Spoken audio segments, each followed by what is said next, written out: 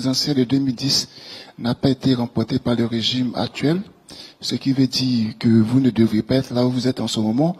Récemment, les autorités burkinabées ont fait une déclaration en affirmant avoir déjoué plusieurs tentatives de déstabilisation et ont notamment évoqué un troisième groupe qui serait venu du territoire ivoirien pour déstabiliser le Burkina Faso. Est-ce que vous avez des informations sur ces propos du ministère de la Sûreté burkinabé? Notre sol, de façon officielle, héberge un peu plus de 3 millions de Burkinabés. Bompé, tcha tcha tcha. Et où les vis-à-vis? Mon cher, la mamaille. Bonsoir les amis. Bonjour, bon après-midi, dépendamment de votre position, les amis.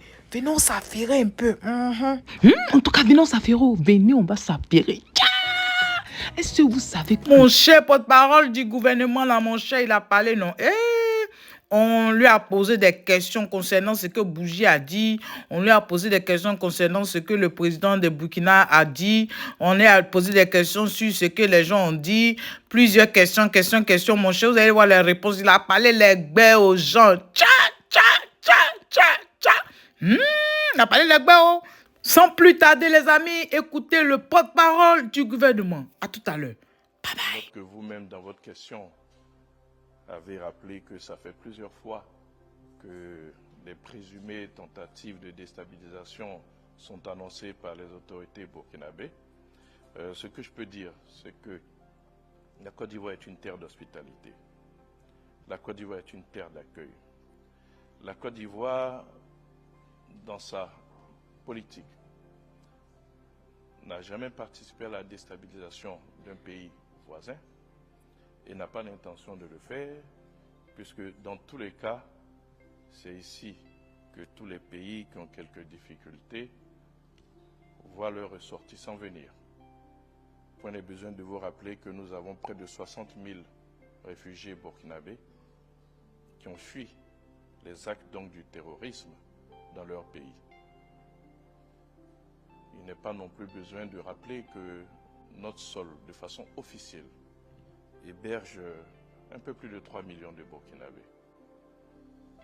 Nos peuples ont des relations historiques qui datent d'avant même la constitution de nos États. Ces peuples vont demeurer. Il n'y a donc aucune raison de mener quelque action qui puisse diviser ces peuples qui vivent en harmonie et en bonne intelligence. Ai-je répondu à votre question? Merci. Monsieur le ministre, bonjour, je suis Yapi Koulibaly pour le quotidien Le Jour Plus. J'ai deux préoccupations. La première est la suivante. Monsieur le ministre, Robert Bougie, vous ne le connaissez peut-être pas. Il est avocat, profession qui n'aurait jamais exercé, habitué des salons des régimes présidentiels ivoiriens et africains, a confié récemment que la présidentielle de 2010 n'a pas été remportée par le régime actuel, ce qui veut dire que vous ne devriez pas être là où vous êtes en ce moment si quelqu'un n'avait pas décidé de vitrifier un autre. Quelle réaction? Et puis, notre confrère au Niger, Mathurin, comment va-t-il? Avez-vous les informations le concernant?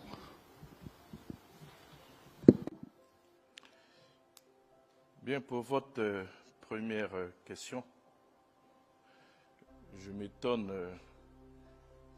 qu'il y ait encore des intellectuels qui soient à ce stade du débat, à un moment où tous les Ivoiriens sont en train d'appeler le président Ouattara à se présenter pour les élections prochaines. Je ne ferai donc pas de commentaires. Il y avait un processus de certification. Je suis fort surpris qu'il y en ait qu'il y ait des Ivoiriens émotifs qui se laissent aller aux commentaires d'un individu qui du reste n'a aucun pouvoir. Ce processus a été certifié. La CEI a donné des résultats. Le Conseil constitutionnel s'est dit et s'est dédié, il est revenu sur les résultats qu'il avait annoncés.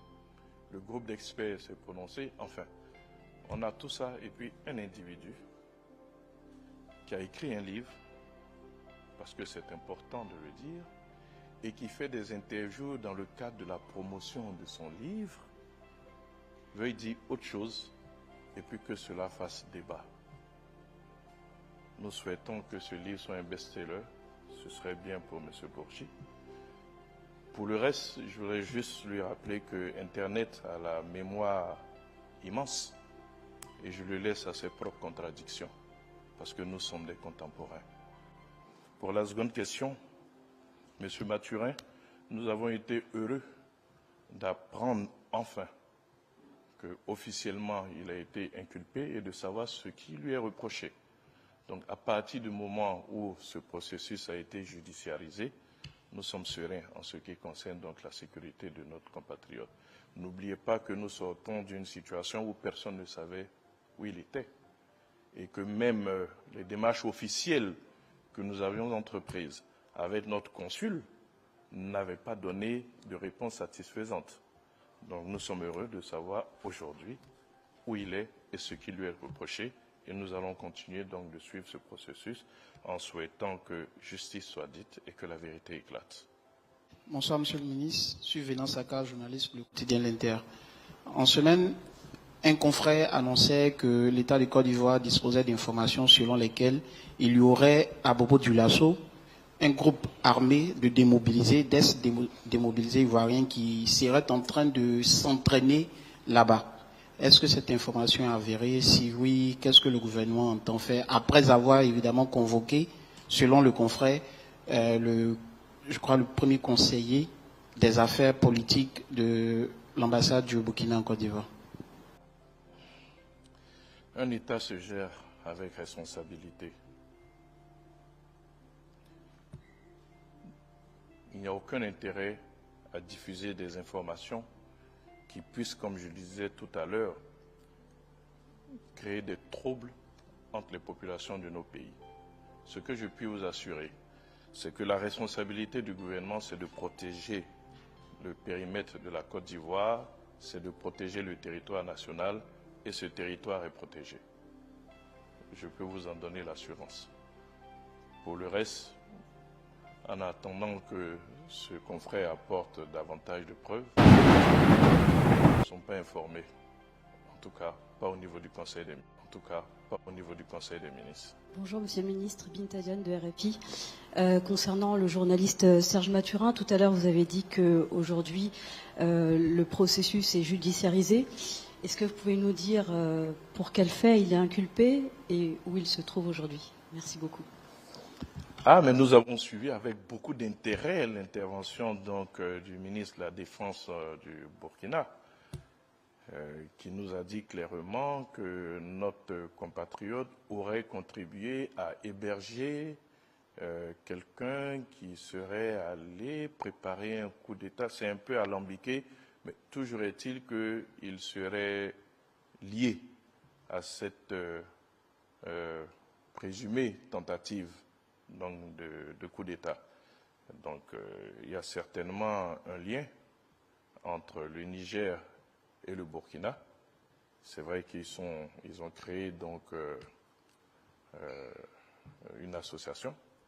Donc je peux comprendre que le Niger soit solidaire du Burkina, mais ce que nous savons, c'est qu'il était au Niger, c'est là-bas qu'il a été arrêté, mais il apparaît donc dans une déclaration dite par le ministre burkinabé qui l'incrimine donc dans la tentative de renversement de du régime militaire qui est au Burkina. Donc pour nous, c'est clair que, en raison certainement des liens qui relient les pays de l'AES, le Niger a dû, à la demande donc du Burkina, arrêter notre compatriote.